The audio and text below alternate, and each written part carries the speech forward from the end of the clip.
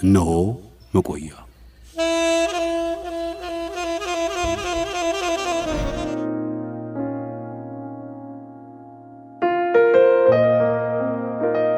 የድሆች ሊቀ ጳጳስ አባ ፍራንሲስ Father, Son, and the Holy Spirit.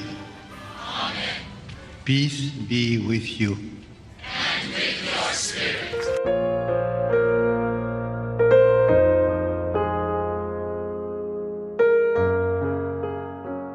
የሊቀ ጳጳስ ፍራንሲስን የመጨረሻ ድምጻቸውን የሰማው የመጨረሻ ምርቃታቸውን የሚያገኘው ከሆስፒታል አልጋቸው ሳይለይ ያስታምማቸው የነበረው ነርስ ማስማሊያኖ ስትራፔዲ ነው። እጃቸውን በጥቂቱ አንቀሳቅሰው በስፓኒሽ ቋንቋ አመሰግንሃለሁ ወዳጄ፣ በአባታችን ቤት እንገናኛለን አሉት። ወዲያው የሕይወት ቆይታ ፍጻሜያቸው ሆነ። በጸጥታም አረፉ። ሮም በቫቲካን ቅጥር በሚገኘው ጌሚሉ ሆስፒታል ነርስ የሆነው የ54 ዓመቱ ማስማሊያኖ ስትራፔዲ ካለፉት 4 ዓመታት ወዲህ የሊቀ ጳጳሱ አስተማሚ ሆኖ ካጠገባቸው ሳይለይ የጠበቀ መንፈሳዊ ቁርኝት ፈጥረዋል። በቅዱስ ጴጥሮስ ወንበር የተቀመጡት ሊቀ ጳጳስና ሕይወቱን አገልግሎት በመስጠት ያሳለፈው ነርስ ጥልቅ የሆነ ወዳጅነት አበጅተዋል። ታመው በሚያገግሙበት ጊዜ ሁሉ እግዚአብሔር እንድታድነኝ የላከህ መልእክተኛ ይሉት ነበር። ስትራፔዲም በንግግራቸው ልቡ እየተነካ በታመሙ ቁጥር ካጠገባቸው ሳይለይ አስታሟቸዋል። በፋሲካ ዕለት ከተኙበት አልጋ ተነስተው ሕዝባቸውን ለመባረክ ሲፈልጉ ያማከሩትም ለሱ ነው። በዚያ ሰሞን ከበረታባቸው ሕመም ሻል ብሏቸው ነበርና በቅዱስ ጴጥሮስ አደባባይ የሚሰበሰበውን ሕዝብ እንደ ወትሮአቸው ለመባረክ ፈለጉ። ግን ሐኪሞቻቸው ጤንነታቸው ሊጎዳ ይችላል ብለው ስለሰጉ ከለከሏቸው። ስትራፔዲን አማከሩት። ስትራፔዲም የመጨረሻዎቹ ቀናቶቻቸው መቃረባቸውን እንደገመቱ ከንግግራቸው ተረድቶ ነበር። ስለዚህ መንፈሳዊ ደስታ የሚሰጣቸውን ተግባር እንዳይፈጽሙ መከልከሉ አስፈላጊ መስሎ አልታየውም። አዎ ቅዱስ አባታችን፣ አጭር ፕሮግራም ከሆነ ብዙ የማይናገሩ ከሆነ እኔ አስፈላጊዎቹን የሕክምና መሳሪያዎች ይዤ የምከተለው ከሆነ እንችላለን አላቸው። ደስ ብሏቸው ካልጋቸው ተነሱ። በተሽከርካሪ ወንበር ሆነው ቫቲካን ቤተ መቅደስን አልፈው በሰገነቱ ላይ ብቅ አሉ። በናፍቆትና በስስት ለሚጠብቋቸው የእምነት ልጆቻቸውም ታዩ። የተሰበሰቡት ክርስቲያኖች ሲያዋቸው ደስታ ፈነቀላቸው። የጤንነታቸው መዳከም የታወቀ ነበርና ሲያዋቸው ወሰን በሌለው ደስታ አጨበጨቡላቸው። ቀኝ እጃቸውን በትንሹ ከፍ አድርገው አውለበለቡ። መልካም ትንሣኤ የሚል አጭር ቃል ተናገሩ። Fratelli e sorelle, buona Pasqua. Il maestro delle cerimonie di leggere il messaggio. ቀሪው መልእክታቸው በጽሑፍ ሆኖ ረዳታቸው አነበቡት። መልእክታቸው የሰላም ጥሪ ነበር። ጦርነት እንዲያበቃ፣ የሰዎች ልጆች ሰላም እንዲያገኙ የሚያሳስብ ነበር። ጦርነት ይብቃ የሚል ነበር። Nessuna pace è possibile senza un vero disarmo. የሃይማኖት ነጻነት ከሌለ፣ የሐሳብ ነጻነት ከሌለ፣ ሐሳብን የመግለጽና የሌሎችን አስተያየት የማክበር ነጻነት ከሌለ ሰላም ሊኖር አይችልም። የጦር መሳሪያን ከልብ የሚተው ካልሆነ ሰላም ሊገኝ አይችልም። ማንኛውም ሰው ራሱን የመከላከል ዘዴ ጠበንጃ ወደ ማንሳት መለወጥ የለበትም። Non può trasformarsi in una corsa generale al riarmo.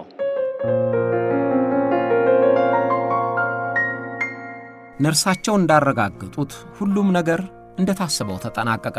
በቆይታቸው ሁሉ ነርስ ስትራፔዲ ተወርውሮ ካደጋ እንደሚጠብቅ አጃቢ ካጠገባቸው ሆኖ አይኑን ሳይነቅል ሲጠብቃቸው ቆየ።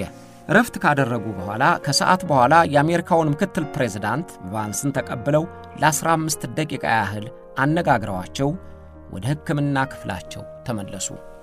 ራታቸውንም በሉ። ከጥቂት ሰዓታት በኋላ ስትራፔዲ በፊታቸው ላይ ለውጥ አየ። ልምድ ላለው ነርስ ያየውን ለውጥ ተከትሎ የሚመጣውን ለመረዳት አላዳገተውም። ዶክተሮች በፍጥነት እንዲደርሱ የጥሪ ደወል ደወለ። ያን ጊዜ ነው ሐኪሞቻቸውን አመስግነው በአፍ መፍቻ ቋንቋቸው በስፓኒሽ ደህና ሁን፣ በአባታችን ቤት እንገናኛለን ያሉት። እንዳሉትም ብዙ ሳይቆዩ የማዕዶት ዕለት ይችን ዓለም ተሰናበቷት።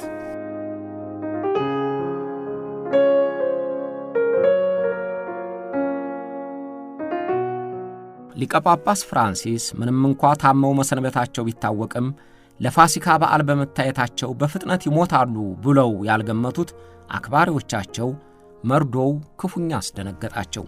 ይሞታሉ ተብሎ የሚጠበቁበት ጊዜ አልፎ ተሽሏቸዋል በሚባሉበት ጊዜ መሞታቸው ለሃይማኖት አባቶቻቸው ልዩ አክብሮትና ውዴታ ላላቸው ካቶሊካውያን ብቻ ሳይሆን ለመንግስታት መሪዎችና ለሚያውቋቸው ሁሉ አስደንጋጭ ሆኖባቸዋል።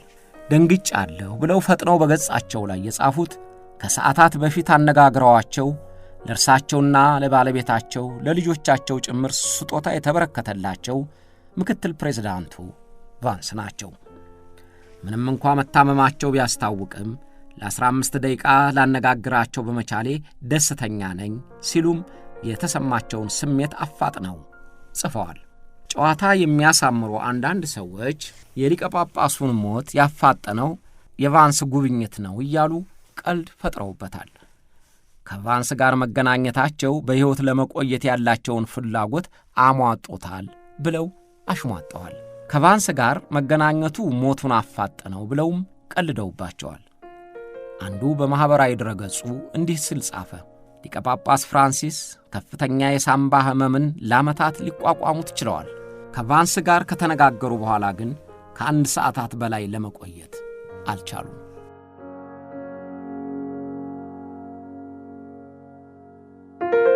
ሕይወታቸው እንዳለፈ የቫቲካን ነባር ሕግ በሚፈቅደው መሠረት የጸሎተ ፍትሐቱን ሂደቱን ለማከናወን ዝግጅት ተጀመረ።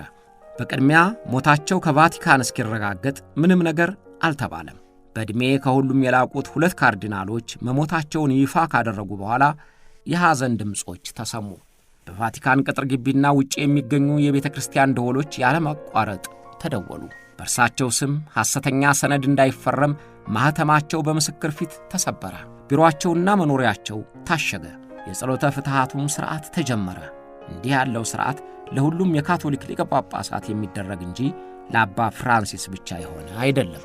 አስከሬናቸው ሙሉ የሊቀ ጳጳስነት የማዕረግ ልብሳቸውን ለብሶ እርሳቸው እንደሚፈልጉት ቀለል ባለ የእንጨት ሳጥን ሆኖ በቤተ መቅደሱና በቅዱስ ጴጥሮስ አደባባይ ታይቷል።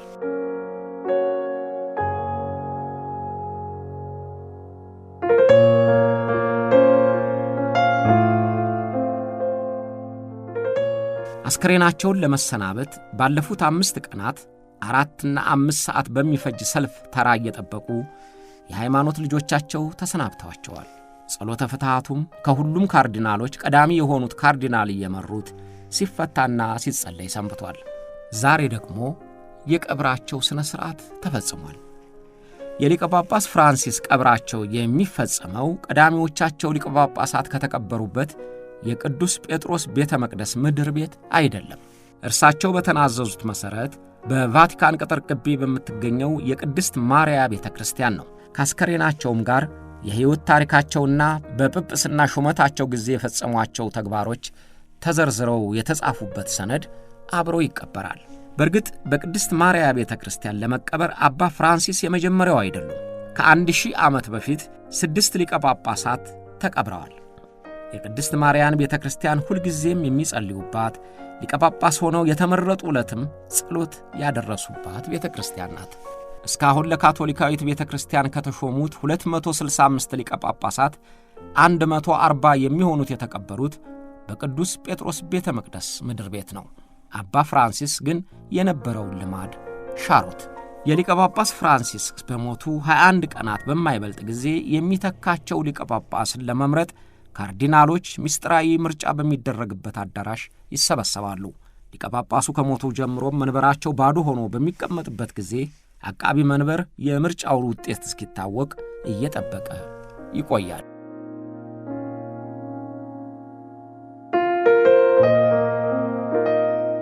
ሊቀ ጳጳስ ፍራንሲስ ሕይወታቸውን ወደ መንፈሳዊ መንገድ ያቀላቀሉት ገና በ16 ዓመታቸው ነው። ከዚያን ጊዜ ጀምሮ ለ72 ዓመታት መንፈሳዊ አገልግሎታቸውን እየጨመሩ በካቶሊክ ቤተ ክርስቲያን የመጨረሻ የሚባለውን የቅድስና መገለጫ የሊቀ ጳጳስነት ማዕረግ ለመድረስ በቅተውና መርተው ለማለፍ የበቁ የሃይማኖት መሪ ናቸው። 1 ቢሊዮን ይሆናል ተብሎ ለሚገመተው የካቶሊካዊት ቤተ ክርስቲያን አማኞች አባት የሆኑት ሊቀ ጳጳስ ፍራንሲስ ብዙ የመጀመሪያ የሚባሉ ነገሮች ነበሯቸው። ከላቲን አሜሪካ ብቻ ሳይሆን ከሰሜን አሜሪካም የካቶሊካዊት ቤተ ክርስቲያን ሊቀ ጳጳስ ለመሆን የመጀመሪያው ናቸው። ለካቶሊክ ቤተ ክርስቲያን አውሮፓዊ ያልሆነ ካርዲናል ለመመረጥ የመጀመሪያው የሆኑት እሳቸው ናቸው። ቀዳሚያቸው ሊቀ ጳጳስ በሕይወት እያሉ ሊቀ ጳጳስ ለመሆንም የመጀመሪያው ናቸው። ከነዚህም ሌላ መንፈሳዊ ሕይወታቸውን የመሩበት መንገድ የተለዩ አድርጓቸዋል።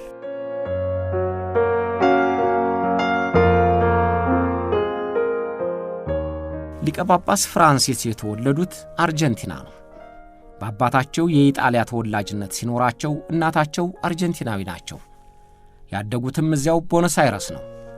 ትምህርታቸውን እየተከታተሉ መደጎሚያ እንዲሆናቸውም የተለያዩ ሥራዎች ተቀጥረው ሲሰሩ ቆይተዋል። የምሽት ክበብ ሥነ ሥርዓት አስከባሪ ሆነው ሊረብሹ የሚፈልጉ ጉልቤዎችን እየገፈተሩ እንዲያስወጡ ተቀጥረው ነበር። በኬሚካል ሥራም ተሰማርተዋል። ሲበዛና እንዴት ባየነው የሚባሉ ድንቅ ታንጎ ዳንስ ደናሽ ነበሩ። በኋላ በሰጡት ቃለ መጠየቅም ታንጎ ዳንስ ውስጤ ነው ብለው ነበር።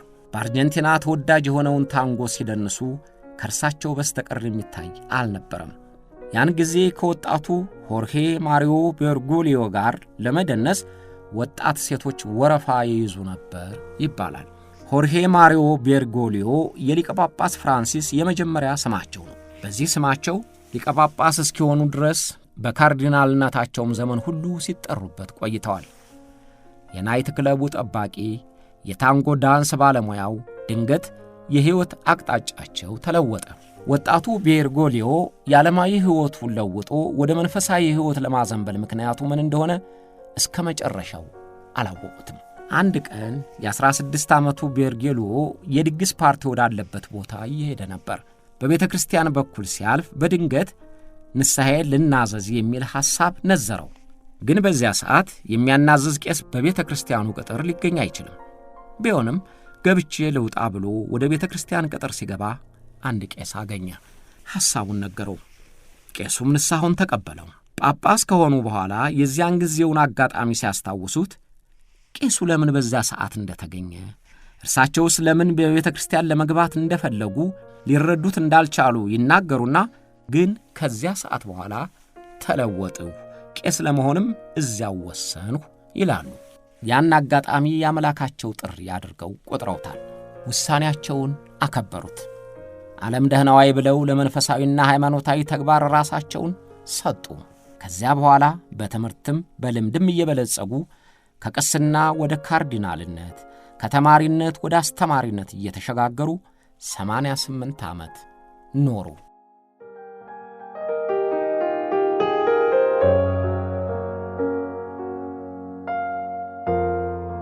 አባ ፍራንሲስ ለሊቀ ጳጳስነት ለመመረጥ የበቁት ቀዳሚያቸው ሊቀ ጳጳስ ቤኔዲክት በ85 ዓመታቸው በገዛ ፈቃዳቸው መንበራቸውን በመልቀቃቸው ነው። በካቶሊክ ቤተ ክርስቲያን ሥርዓት ሊቀ ጳጳሱ ያለ ሊቀ ጳጳስ አይሾምም። ካርዲናል ፍራንሲስም ቢሆኑ ይህን ደንብ አጥብቀው የሚከተሉ እንደመሆናቸው አባ ቤኔዲክት ከኃላፊነታቸው እንዳይለቁ ተማጽነዋቸው ነበር።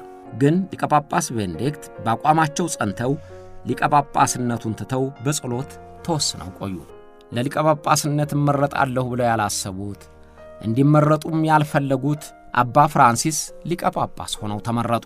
ዕድሜና ሕመም ሲጫናቸውም የአባ ቤኔዲክትን አርአያነት ይከተሉ እንደሆነም ተጠይቀው ነበር። አባ ፍራንሲስ አልተቀበሉትም። ይህን ጥያቄ ላነሳችባቸው ጋዜጠኛ አሁን ትንሽ የሚያመኝ ጉልበቴን ነው፣ እሱም ይሻለኛል ብዬ አምናለሁ፣ ኃላፊነቴን ለመልቀቅ የሚያበቃ ምክንያት የለኝም ብለው መልሰውላታል። እንዳሉትም እስከ መጨረሻ የሕይወታቸው እስትንፋስ ድረስ በመንበራቸው ላይ ቆይተዋል።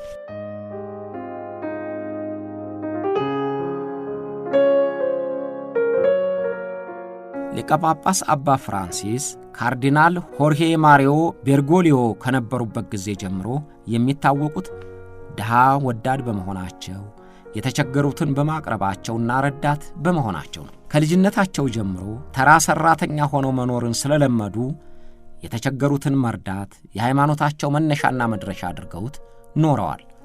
የድሃ አባሽ ይሏቸዋል ደጋፊዎቻቸው። በአርጀንቲናና በቫቲካን በነበሩበት ጊዜ ለብቻቸው የተቸገሩ ወዳሉበት ቦታ እየሄዱ መርዳታቸውን አላቋረጡም። ስለዚህም ነው ለተገለሉት ጳጳስ የሚል ቅጽል ያወጡላቸው።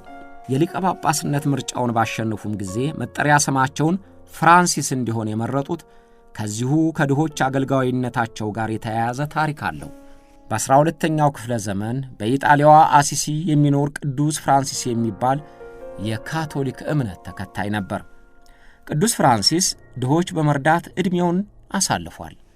ድሃ ሆኖ እየለመነ የተቸገሩትን የሚረዳ ቤተ ክርስቲያኗም የቅድስና ክብር የሰጠችው ክርስቲያን ነበር።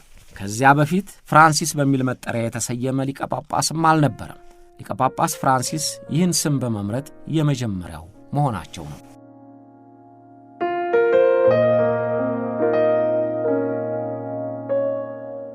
ሊቀ ጳጳስ ፍራንሲስ የተቸገሩትን የሚረዱት ተርፏቸው አልነበረም።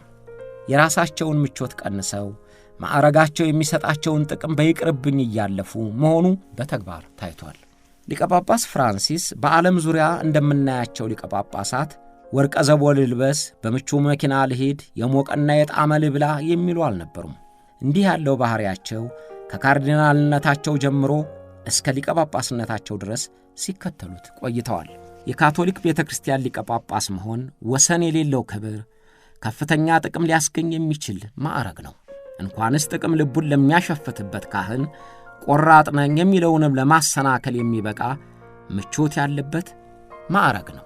እንደ ሊቀ ጳጳስ ፍራንሲስ አይነቶቹ ግን የሚጸየፉት እንጂ የሚጠለፉበት ሊሆን አልቻለም። አባ ፍራንሲስ ሊቀ ጳጳስ ሆነው የተመረጡ ዕለት ቆይተውበት ወደ ነበሩበት ሆቴል ክፍያ ለመፈጸም ሲሄዱ የቀረበላቸውን ምቹና ቅንጡ መኪና ለመጠቀም አልፈለጉም። ክፍያቸውንም ቫቲካን እንዲከፍል አልፈቀዱም። ራሳቸው ገንዘባቸውን ከፍለው እንደ ሌሎች ካርዲናሎች በአውቶቡስ ተጉዘው ወደ ቫቲካን መኖሪያቸው ተመልሰዋል።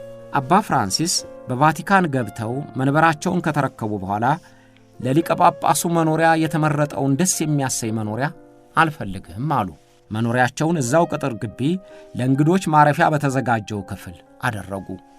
እስከ መጨረሻውም የኖሩት እዚያው ነው። በዚህም ነባሩን የሊቀ ጳጳስ አኗኗር ሻሩት።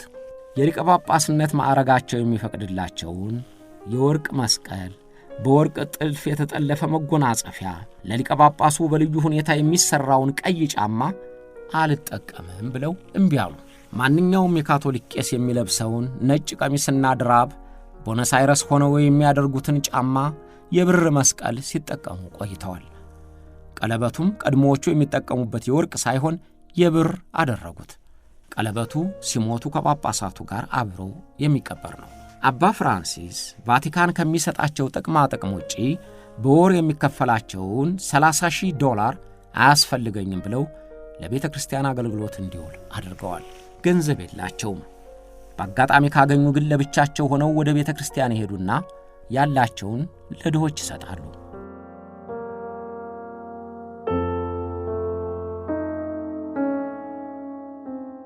ቫቲካን ዘመናዊ የተባሉ የቀበጡ መኪናዎች ያቀርብላቸዋል። ሊቀ ጳጳስ ፍራንሲስ ግን በቫቲካን ዙሪያ ሲዘዋወሩ እንኳን በሰባዎቹ የተሰራች ሬኖ መኪናቸውን ነው የሚጠቀሙት። ቫቲካን ከገቡም በኋላ የራሳቸውን ምግብ ሲያዘጋጁ ቆይተዋል። አንዳንድ ቀንም የሰራተኞች ምሳ ከሚዘጋጅበት ተገኝተው ይመገባሉ። የኦፊሴል ጥሪ ከሌለ በስተቀር የቫቲካንን ቡፌ የመመገብ ልምድ አልፈለጉም። ይህን ሁሉ የሚያደርጉት የተሟላ የምግብ አገልግሎት ሊያገኙ በሚችሉበት ቫቲካን ነው። ይህንንና የመሳሰሉትን ተግባራቸውን የሚከታተሉ ድሃው ጳጳስ የሚል ቅጽል እየጨመሩ ይጽፉላቸዋል። መቼም አንጥፉልኝ፣ ጎዝጉዙልኝ የሚሉ ሊቀ ጳጳሳት በሞሉባት ዓለማችን ለመሾምና ወገን ለማበጀት ገንዘብ የሚከፍሉና ገንዘብ የሚያስከፍሉ የሃይማኖት መሪዎች በሞሉባት ዓለም የሊቀ ጳጳስ ፍራንሲስ ተግባር ሊገርም ይችላል። በሚሊዮን የሚቆጠር ገንዘብ ሰብስበው የማይበቃቸው ጳጳሳት በሞሉባት ፎቅና ርስት ለማዘጋጀት የመንግሥት መሪዎችን ደጅ የሚጠኑ ጳጳሳት በሞሉባት ዓለም የአባ ፍራንሲስ ገንዘብ ለምኔ መሆን ሳያስደንቅም አይቀርም። ስለሚያገለግሉት ሕዝብ ሳይሆን የሚሾሙበት ሀገረ ስብከት በሚያስገኘው ገቢን የሚመዝኑ በሀገረ ስብከታቸው ንቅዘትና ዝርፊያ በርክቷልና ይፈተሽ ሲባሉ ለምን እንመረመራለን እያሉ ንጽሕናቸውን የሚጠራጠሩ ሊቀ ጳጳሳት በሞሉባት ዓለማችን የአባ ፍራንሲስ ምቾት አልፈልግም ሙስናንም አወግዛለሁ ማለታቸው ለመቀበል ያስቸግር ይሆናል። የሆነው ግን እንዲህ ነው። ሊቀ ጳጳስ ፍራንሲስ ሀብትና ምቾት የናቁ የተገለሉና ድሆችን ችግራቸውን የሚካፈሉ ሊቀ ጳጳስ ናቸው እያሉ በቅርብ እናውቃቸዋለን የሚሉ መስክረውላቸዋል። ሞታቸውንም ተከትለው የሚሰጡ አስተያየቶች እነዚህን መሰል ታሪኮች ነው።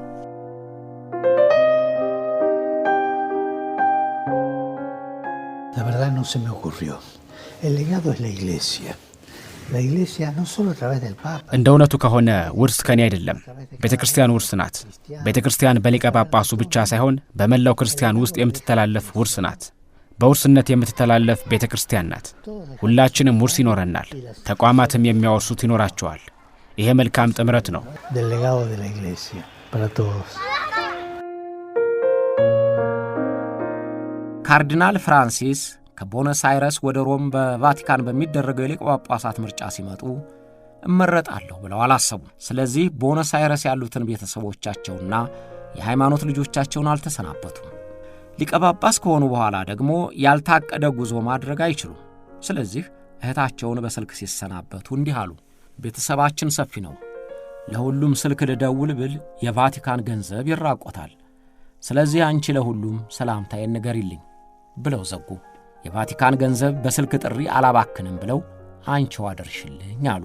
በሲመተ በዓላቸውም አንዳቸውም ቤተሰቦቻቸው ወደ ቫቲካን እንዳይመጡ በዚያም ምትክ ለመጓጓዣ የሚያውሉትን ገንዘብ ለበጎ አድራጎት ተግባር እንዲያውሉ አሳሰቧቸው። ቤተሰቦቻቸውም የሊቀ ጳጳሱን እምነትና ፍላጎት ያውቃሉና እንዳሉት አድርገውላቸዋል። እኔማ አሉ በሕይወት ያሉት እህታቸው፣ እኔማ እንዳጣው ስለማልፈልግ ጳጳስ እንዲሆን አልፈልግም ነበር። እንደፈራሁት ሆነ። የሃይማኖት መሪ መሆን ራስ ወዳድ ሳያደርግ አይቀርም ብለዋል።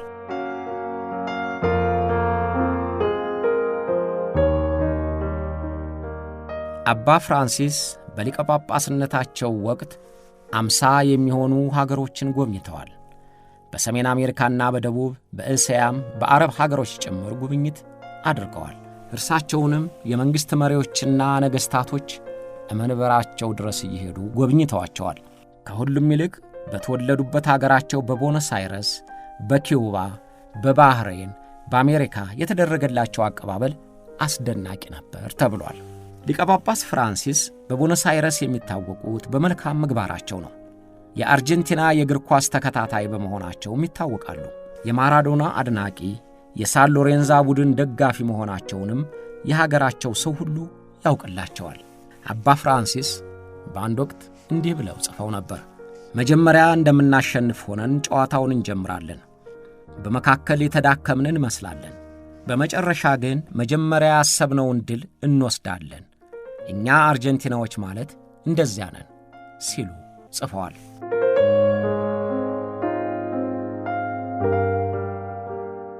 ሊቀ ጳጳስ ፍራንሲስ በየሀገሩ በተዘዋወሩበት ጉብኝታቸው ያልተጠበቁ አጋጣሚዎችም ደርሰውባቸዋል። በሜክሲኮ ጉብኝታቸው ወቅት አንዱ ሊቀበላቸው ከተሰለፉት ካቶሊካውያን አንዱ ባጠገቡ ሲያልፉ እጃቸውን ይዞ ሲጎትታቸው በተሽከርካሪ ጎማ በሚጓዝ ልጅ ላይ ጣላቸው። ያን ጊዜ የልጁን ግንባር ስመው የጎትታቸውን ራስ ወዳድ ነህ ብለው ሲቆጡት ታይተዋል። ከዚያ የባሰው በሮም የአዲስ ዓመት ዋዜማ የደረሰባቸው ነው።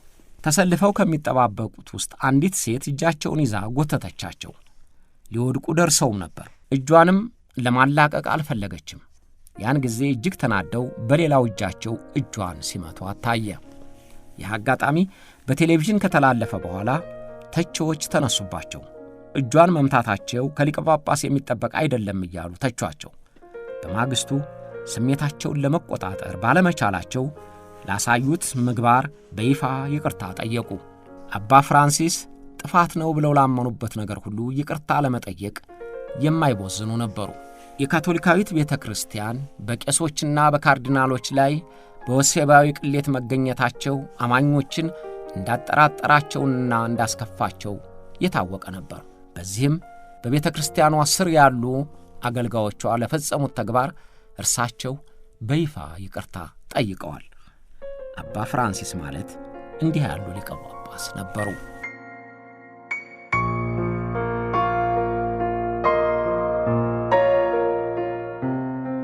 የአሜሪካ ጉብኝታቸውም የተሟላ ክብር የነበረበት ነው። ከአሜሪካ ለሃይማኖት መሪ እንደዚያ አይነት የክብር አቀባበል ለማግኘት ሊቀ ጳጳስ አባ ፍራንሲስ የመጀመሪያው ሆነዋል። የተወካዮች ምክር ቤት አባላትና የሴኔት አባላቱ በጋራ ተሰብስበው ፕሬዝዳንት ባይደን በተገኙበት በጭብጨባ የደመቀ አቀባበል በኋላ ንግግር አድርገዋል። በባህሬን የተደረገላቸውም አቀባበል በከፍተኛ ስሜት የሚታወስ ሆኗል።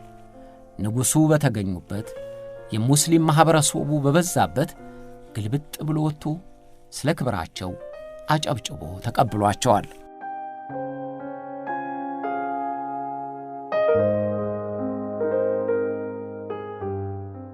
አንድ ጊዜ እንዲህ ገጠማቸው።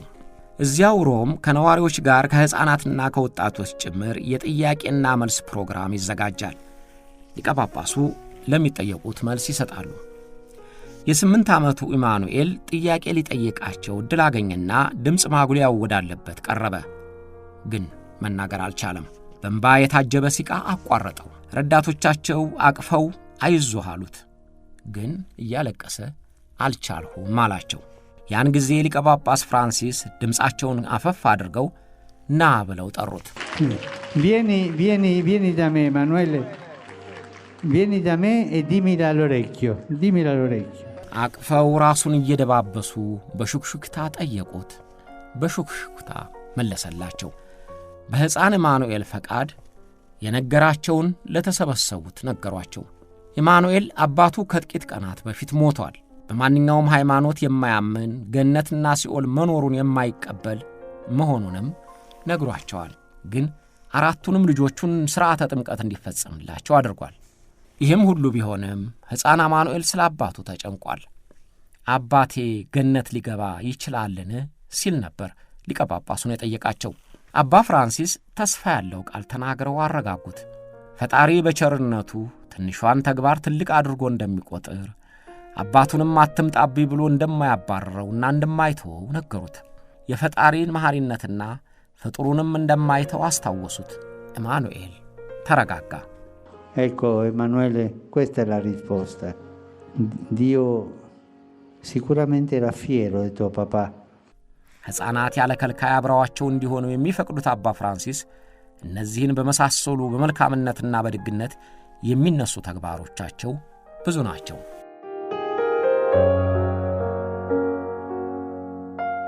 ከባራክ ኦባማ ጀምሮ የአሜሪካን ፕሬዝዳንትነት ሥልጣን የያዙት ፕሬዝዳንቶች ሊቀ ጳጳስ ፍራንሲስን መንበራቸው ድረስ እየሄዱ በክብር አግኝተዋቸዋል። ከሊቀ ጳጳሱ ጋር አተካራ ገብተው የነበሩት ፕሬዝዳንት ትራምፕ ጭምር ከባለቤታቸው ጋር ቫቲካን ድረስ ሄደው አነጋግረዋቸዋል። ትራምፕ በመጀመሪያው የምርጫ ውድድራቸው አሜሪካን ከሜክሲኮ ጋር የሚያገናኛትን ድንበር ዘጋለሁ በማለታቸው ሊቀ ጳጳስ ፍራንሲስ ይህ ክርስቲያናዊ ተግባር አይደለም የሚል መግለጫ ሰጥተው ነበር። ትራምፕ የሊቀ ጳጳሱን ስም ሳይጠቅሱ ግን አንዳንድ የሃይማኖት መሪዎች ከሃይማኖታዊ ተግባራቸው ውጭ መናገራቸው አሳፋሪ ነው ብለው ነበር።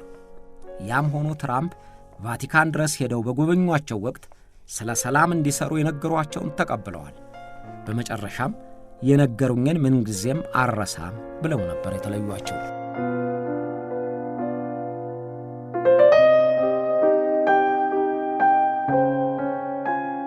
የአባ ፍራንሲስ መንፈሳዊ ሕይወት ፍቅርና መቻቻል በሚል መርህ ላይ የተመሠረተ ነው።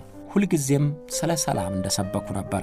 በሩሲያና በዩክሬን በእስራኤልና በሐማስ መካከል በሚደረገው ጦርነት ክፉኛ እንደተሰቀቁ ነበር። ተሳታፊዎቹ ጦርነቱን እንዲያቆሙም በተደጋጋሚ ተማጽነዋል።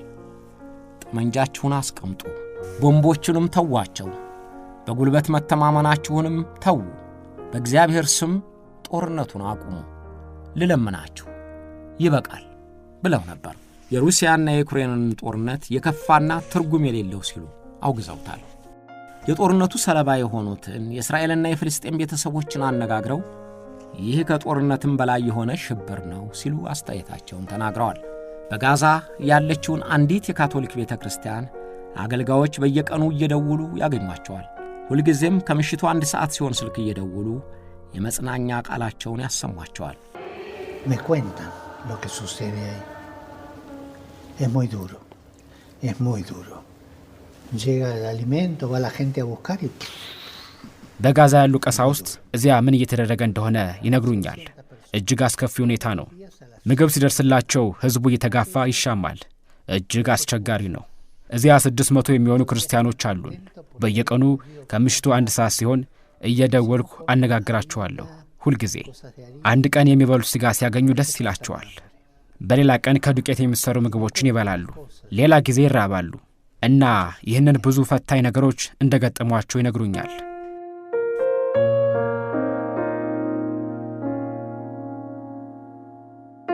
አባ ፍራንሲስ የበርካታ ትምህርቶች ምሩቅ ናቸው። በፍልስፍና፣ በስነ ጽሑፍ፣ በሳይኮሎጂና በነገረ መለኮት ትምህርቶች የመጀመሪያ ዲግሪ የተመረቁ ሲሆን በኬሚስትሪ 2ኛ ዲግሪ ይዘዋል። የተለያዩ ቋንቋዎችን ይናገራሉ። የስፓኒሽ፣ የጀርመን፣ የላቲንና የኢጣሊያ ቋንቋዎችን አሳምረው የሚናገሯቸውና የሚጽፉባቸው ሲሆኑ የእንግሊዝኛና የፈረንሳይ ቋንቋዎችንም ይግባቡባቸዋል።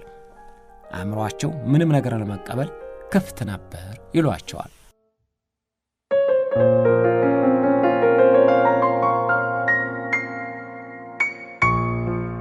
የ266ኛው የካቶሊክ ቤተክርስቲያን ሊቀ ጳጳስ የ88 ዓመቱ ሊቀ ጳጳስ አባ ፍራንሲስ የቀብራቸው ሥነ ሥርዓት ሚያዝያ 18 ቀን 2017 ዓ.ም በመረጡት የቅድስት ማርያ ቤተክርስቲያን ተፈጸመ።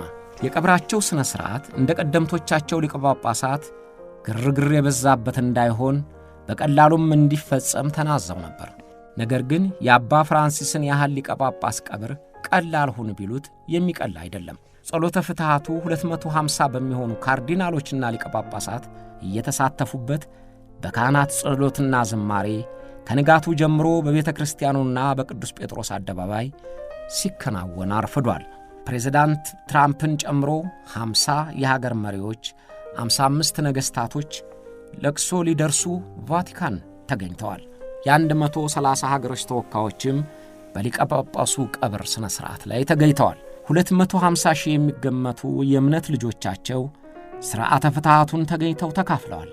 በእነዚህ ሁሉ ምክንያት የቀብራቸው ሥነ ሥርዓት እርሳቸው እንዳሰቡት ሳይደምቅና ቀላል ሆኖ እንዲያልፍ አልተቻለም። ድምቀት የረበበበት ክብር የተጎናጸፈ ሥርዓተ ቀብር ሆነላቸው። የፍቅርና የመቻቻል ሰባኪው ሊቀ ጳጳስ አባ ፍራንሲስ በፈለጉት መንገድ ኖረው ቆይታቸውን አጠናቀቁ። በነበረው ልማድ ለካቶሊካውያን ሊቃነ ጳጳሳት የሚዘጋጀው የአስከሬን ሳጥን በጽድ ኦክ በተሰኘ የዛፍ አይነትና በርሳስ የሚሰራ ሳጥን ነው። የዚህ ምሳሌውም ጽዱ ትህትና ሲሆን የኦኩ የዛፉ አይነት የክብር ምሳሌ ነው። እርሳሱ አስከሬኑን ከጉዳት የሚጠብቅ ነው። ይሁንና ባለፈው የፈረንጆች ዓመት አባ ፍራንሲስ የቀብር ሳጥናቸው በእንጨት ብቻ የተሰራ እንዲሆን ጠየቁ። የጵጵስና የተንቆጠቆጡ አልባሳትን አልጠቀምም እንዳሉ ሁሉ የመቀበሪያ ሳጥናቸውም ማስጌጫና ማሳመሪያ ሳያስፈልገው ተራ እንጨት ብቻ እንዲሆን በመናዘዝ ነባሩን አሰራር ሻሩት። የተቀበሩትም እርሳቸው ባሉት መንገድ ነው። የፍቅርና የመቻቻል ሰባኪው አባ ፍራንሲስ በፈለጉት መንገድ ኖረው ሕይወታቸውን አጠናቀቁ።